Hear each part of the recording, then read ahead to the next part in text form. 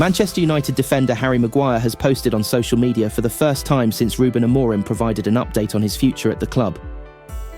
The former Leicester City man was due to be out of contract in the summer, but it has now been confirmed that United are planning on triggering a one-year extension option in his current deal. "Harry Maguire, we are going to trigger our option," Amorim said in his press conference ahead of Liverpool. "I spoke with him this morning and I told him that he has to improve his game on the pitch.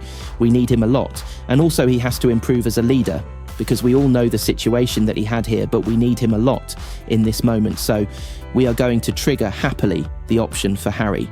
The extension will see Maguire's contract at Old Trafford run until 2026. It will extend his time at the club to 7 years after completing an £85 million move in 2019. Just hours after the news was confirmed by Amorim, Maguire took to social media. But his concentration was on the PSC World Darts Championships final between United fan Luke Littler and Michael van Gerwen. The final took place on Friday night at Alexandra Palace. Littler made easy work of his opponent, coming out as 7-3 winner.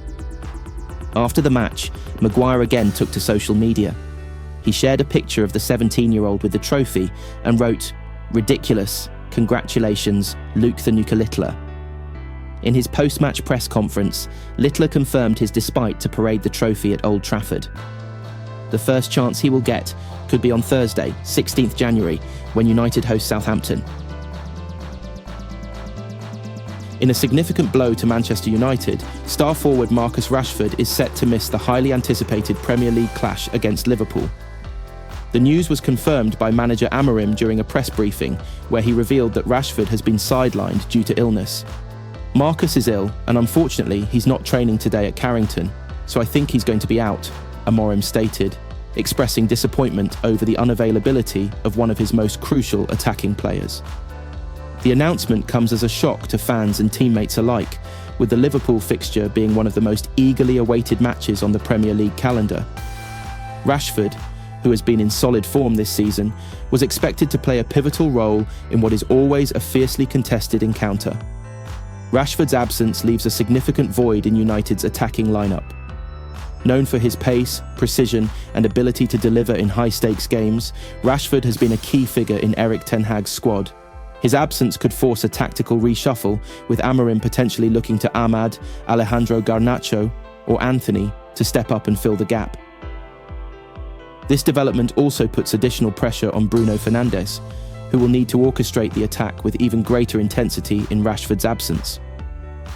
The United manager may also consider leaning on young talents or alternative formations to keep Liverpool's defence on their toes. The rivalry between Manchester United and Liverpool is one of the most storied in football history, with both clubs fighting for dominance on multiple fronts.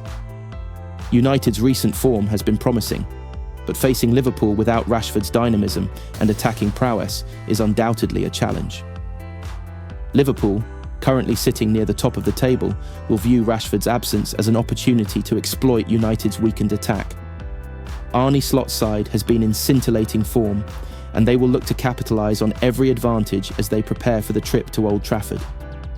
The news has sparked a wave of reactions from fans on social media. While some expressed concern over United's chances against Liverpool, others rallied behind the team, emphasising the importance of collective effort. "It's a setback, but we've got to trust the team. This is Manchester United, we never back down," one fan tweeted. As Rashford focuses on recovering, United's medical team will monitor his condition closely, hoping to have him back in action soon. With several crucial fixtures on the horizon, including domestic and European commitments, his return will be vital for United's ambitions this season. Marcus Rashford's absence against Liverpool is undoubtedly a setback for Manchester United, but the team must rise to the occasion and prove their resilience. The stage is set for a thrilling contest, and despite the challenges, the Red Devils will aim to deliver a performance worthy of their historic rivalry with Liverpool. The process of selling Alvaro Fernandez was perfect, according to Erik ten Hag. Palaver would be a more appropriate description. Manchester United sold a fit left-back without playing him, who is now playing in the same league Ruben Amorim coached in. Meanwhile, United effectively still have no left-back. Tyrell Malacia has been substituted in 3 of his 4 starts and was omitted from the squad against Wolves on Boxing Day. It has been 319 days since Luke Shaw last started a club game. And then there is Fernandes, United's first summer sale. He has started in all 6 of Benfica's Champions League matches and in 13 of their 16 league games. That United never granted Fernandes a debut was a travesty. Brandon Williams played ahead of him during the 2023 pre-season tour, even though he had been informed by then football director John Murtough he was for sale. United never got a penny for the released Williams. Fernandes received Preston's Young Player of the Year award during his season on loan at Deepdale in 2022 to 2023. Malacia then suffered the knee injury that kept him sidelined for 550 days. Shaw predictably broke down after 2 games. Opportunity knocks. Instead, Fernandes was knocked back. United preferred to recruit the 11th hour loanee Sergio Reguilón, one of the club's worst left-backs in living memory. Fernandes was loaned to Granada on the same day. Shaw has been available for 3 games this season, while Malacia came back in November. Right-backs Noussair Mazraoui and Diogo Dalot have been run into the ground and their form has suffered. 10. Hag's judgment at left-back was often awry. Buying Malacia, loaning Reguilón, selling Fernandes, playing Victor Lindelof and Sofiane Amrabat there, starting Harry Maguire in pre-season, only to then not use him whatsoever when the actual season started. Maguire, 17, was added to the United first team squad on the day of the Community Shield and has since barely been involved with the first team. He was in every predicted 11 in newspapers that Saturday morning, yet was not even named on the team sheet against Manchester City. Ten Hag included Maguire among the substitutes for his last 2 matches in charge, and Ruud van Nistelrooy named him on the bench against Chelsea and PAOK. He has not been seen in training under AMORIM. Fernandes, 21 at the time he left United, would have been a shoo-in. People at the club who coached him still cannot grasp how he never got a kick. During his 4 years at United, Fernandes' character was as impressive as his quality. He and Mark Jurado touched down in Manchester during the COVID-19 pandemic and had to quarantine for 2 weeks. Video calls with coaches and compatriots, Arnau Puigmal and Mateo Mejia, already in the United Academy, helped ease them in without leaving their new home. After United won the FA Youth Cup in May 2022, Fernandes sat in the director's box, hurtled down the gangway and onto the touchline. He was the first to charge onto the pitch at the final shrill. Fernandes was not even eligible for selection. He was watching and supporting the age group below him, but was as delighted as his participating teammates.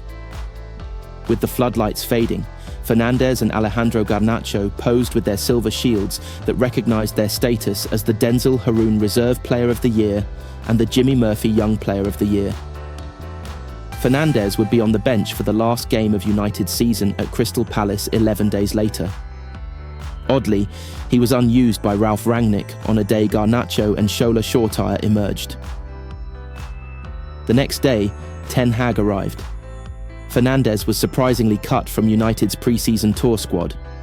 He was more involved during the following year's pre-season, but the only times he played under Ten Hag were in the first halves against Leeds United in Norway and Lyon in Edinburgh, and 64 minutes against Athletic Bilbao in Dublin.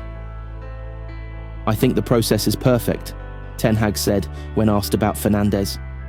"We loaned him to Preston, he got back, then we loaned him to Granada, but he didn't play so much there, and of course, all the time we observed him. Now we had the opportunity to sell him, but we have a buyback, so we have control of the situation. But I think that's what he needed from Preston.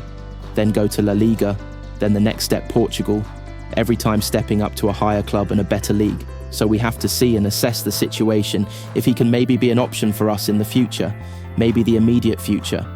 United have a buyback option for £16 million until summer 2026. Only United cannot afford Fernandes this month without shifting Malacia or Shaw. Those two are hard sells, hardly a perfect process.